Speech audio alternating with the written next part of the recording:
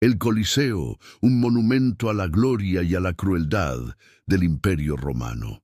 En el corazón de la antigua Roma se erguía una estructura colosal como jamás se había visto en el mundo. Una maravilla arquitectónica hecha de piedra, sudor y sangre. El anfiteatro Flavio, que más tarde se conocería como Coliseo, era más que un símbolo del poder imperial. Era el escenario donde se ofrecían vidas para el espectáculo. Su construcción comenzó en el año 72 d.C., bajo el mandato del emperador Vespasiano. Y lo que motivó su construcción no fue solo el deseo de entretener a las masas, sino un calculado movimiento político. Roma atravesaba tiempos inestables. Rebeliones, hambre y desconfianza rodeaban el imperio.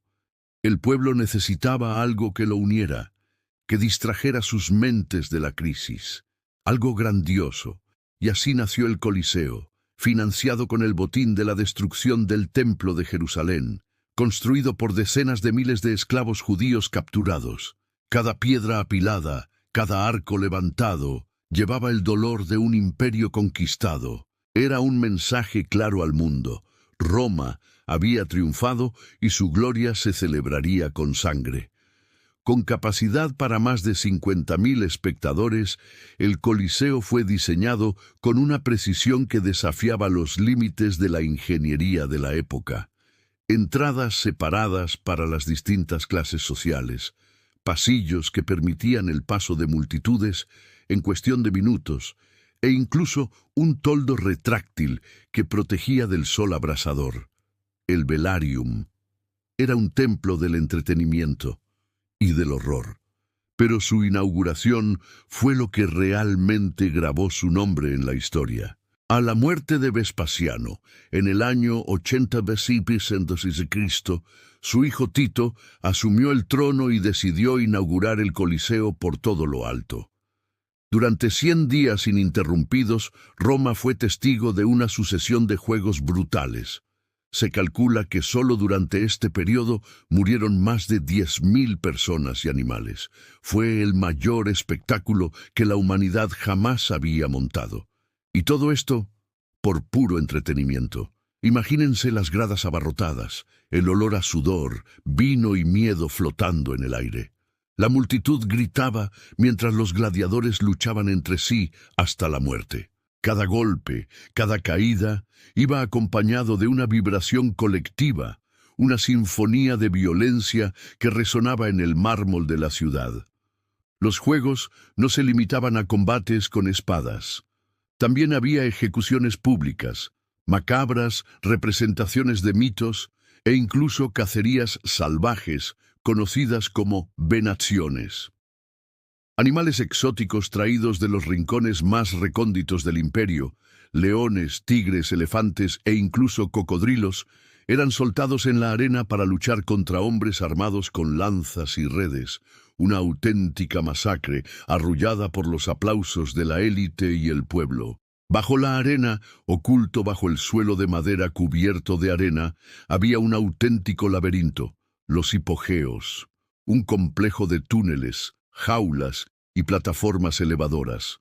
Allí, los esclavos accionaban mecanismos de manivela que hacían aparecer bestias y guerreros de la nada, como si la arena tuviera vida propia. Era un espectáculo de sorpresas, un teatro de la muerte. Para los emperadores, los juegos eran algo más que un mero entretenimiento. Eran una herramienta de control social. Mientras el pueblo estuviera entretenido con batallas y ejecuciones, no se preocupaba por la política, el hambre o las rebeliones. La lógica era simple: pan y circo, y nadie lo hacía mejor que Roma. Pero no todos lo aceptaban sin rechistar. Filósofos, escritores y algunos senadores empezaron a sentirse molestos por la brutalidad de los espectáculos. El historiador Tácito llegó a escribir que Roma había cambiado su virtud por la sed de sangre. Sin embargo, sus críticas fueron ahogadas por los rugidos de la multitud. Los años pasaron y el Coliseo siguió siendo el epicentro del entretenimiento romano. Emperadores como Domiciano, Nerva, Trajano y Adriano ofrecieron juegos cada vez más grandiosos, con más víctimas y espectáculos más sangrientos. El Coliseo se convirtió en un hervidero de violencia donde la vida no valía nada. En el año 96 de Cristo, Domiciano ascendió al poder, y con él la opulencia y la crueldad se apoderaron del Coliseo. Se dice que ningún emperador disfrutó tanto de los juegos como él. Su sed de sangre llevó a Roma a nuevas atrocidades. Numerosos cristianos fueron arrojados a la arena para alimentar al público con su sofriment. El espectáculo se volvió aún más despiadado. Domiciano reinó durante un largo periodo de paz y prosperidad, un hecho sin precedentes en Roma. Para celebrar su reinado, organizó una serie de juegos sin igual. Los historiadores nos han legado el testimonio de una competencia de gladiadores de todas las edades y razas. Las recompensas eran extraordinarias, 10 veces más altas que las de los Juegos Olímpicos. Se calcula que 100.000 personas murieron en tan solo 100 días de juegos, un récord que nunca se repetiría. Aunque el Coliseo fue testigo de grandes hazañas, también vio cómo la crueldad desbordaba los límites de la razón. En el año 180, Septimio Severo ascendió al poder. Su reinado marcó el inicio del declive del Imperio Romano, un periodo conocido como los 5 Sangrientos. Constantinopla, la capital del imperio, fue saqueada y devastada. La economía se derrumbó y la población se vio obligada a emigrar a ciudades más seguras. A pesar de la incertidumbre, Septimio Severo quiso inaugurar su mandato con un espectáculo memorable. Dio la orden de que se construyeran 2 torres para colocar sobre el obelisco de Ramsés II, el cual sería erguido en el centro de la plaza. Este monumento conmemorativo pesaba 300 toneladas. Septimio Severo murió en el año 211, dejando a su hijo Caracalla como heredero. Si bien el joven emperador no tuvo la oportunidad de presenciar el final de la construcción del obelisco, su nombre quedó grabado en la historia del Coliseo por otra razón.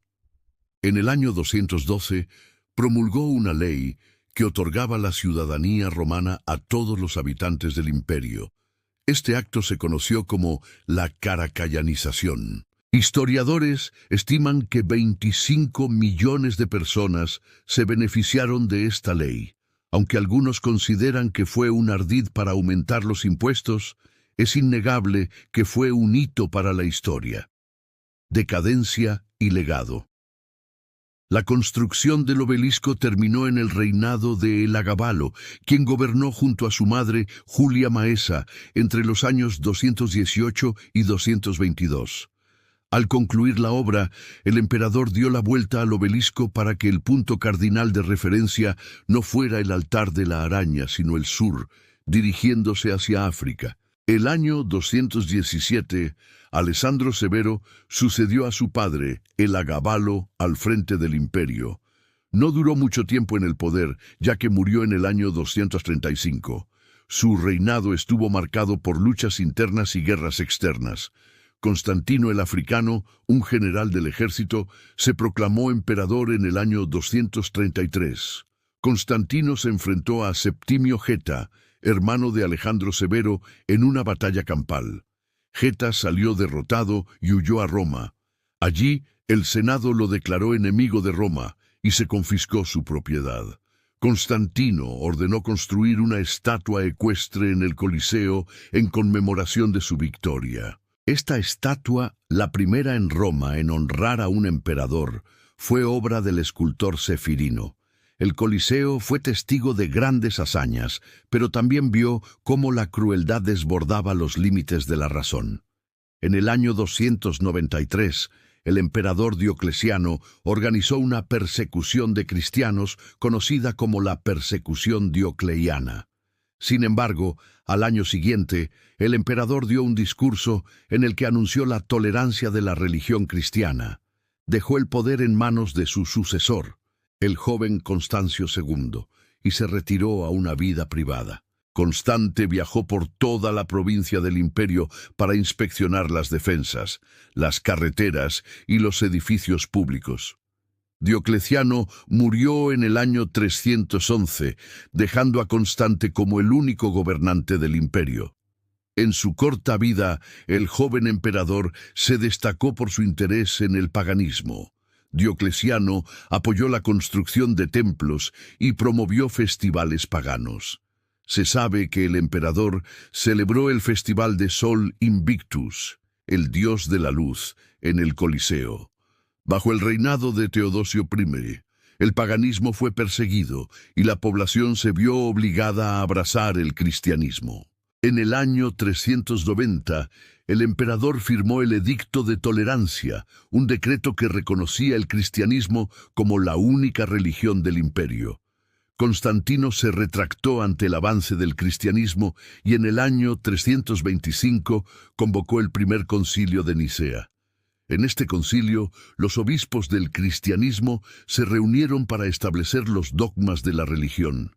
El Coliseo no solo fue un escenario de violencia y poder, sino también un lugar de encuentro y celebración.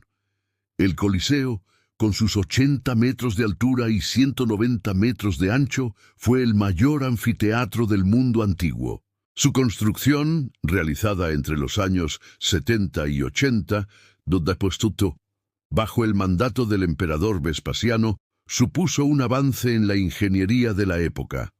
El anfiteatro estaba situado en el corazón de la antigua Roma, cerca del Foro, el centro político y social de la ciudad.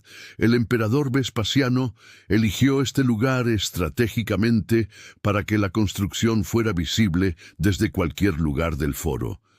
La construcción del Coliseo, erigido en el lugar donde se encontraba el lago de Curro, requirió la demolición de 42 manzanas de viviendas. Las piedras de estas edificaciones fueron utilizadas para construir el anfiteatro. El arquitecto romano Rabirius fue el encargado del proyecto, aunque es posible que contó con la ayuda del ingeniero griego Chatimalius. Se cree que el diseño del Coliseo se basó en el de un anfiteatro en Pompeya, conocido como el Anfiteatro del Pueblo. La construcción del Coliseo se financió con el botín de la destrucción del segundo templo de Jerusalén. Los trabajos los realizaron esclavos judíos capturados durante la guerra romano-judía. Se estima que 50.000 esclavos trabajaron en la construcción del Coliseo. La construcción del monumento tardó 10 años en completarse. Su inauguración se realizó en el año 80 d.C. por el emperador Tito. El Coliseo tenía forma elíptica y podía albergar a más de 50.000 espectadores. El anfiteatro estaba dividido en 3 niveles, cada uno de los cuales contaba con 20 arcos de medio punto. Los arcos se sostenían con columnas de mármol. En el interior del Coliseo, la arena servía de base a una plataforma de madera que permitía la construcción de diferentes escenarios y decorados. Debajo de la arena se encontraban los hipogeos, un complejo sistema de túneles y jaulas donde se guardaban los animales y los decorados. Los espectadores accedían al Coliseo a través de 80 puertas distribuidas en 40 arcos. El acceso al anfiteatro se dividía según la clase social. En la zona inferior se sentaban los senadores y caballeros. En el segundo nivel, los ciudadanos libres y en la parte superior, los esclavos y mujeres. El Coliseo no solo fue un escenario de violencia y poder, sino también un lugar de encuentro y celebración. Durante su existencia se celebraron espectáculos de gladiadores, ejecuciones públicas, cacerías y hasta naumachías, simulacros de batallas navales que se llevaban a cabo en un estanque artificial que se instalaba en la arena. A partir del siglo III, el Coliseo dejó de utilizarse como anfiteatro. Se cree que un terremoto en el año 1349 provocó el derrumbe de una de las torres del monumento. En el siglo V, el Papa Sixto IV designó al Coliseo como fortaleza. Posteriormente, El edificio pasó a ser utilizado como cantera de construcción. En el siglo XIX se restauró el monumento para convertirlo en un museo. El Coliseo es el único de los monumentos romanos que se conserva en pie. Es patrimonio de la humanidad y una de las 7 maravillas del mundo. Espero que te haya gustado el vídeo. Suscríbete para ver más contenido.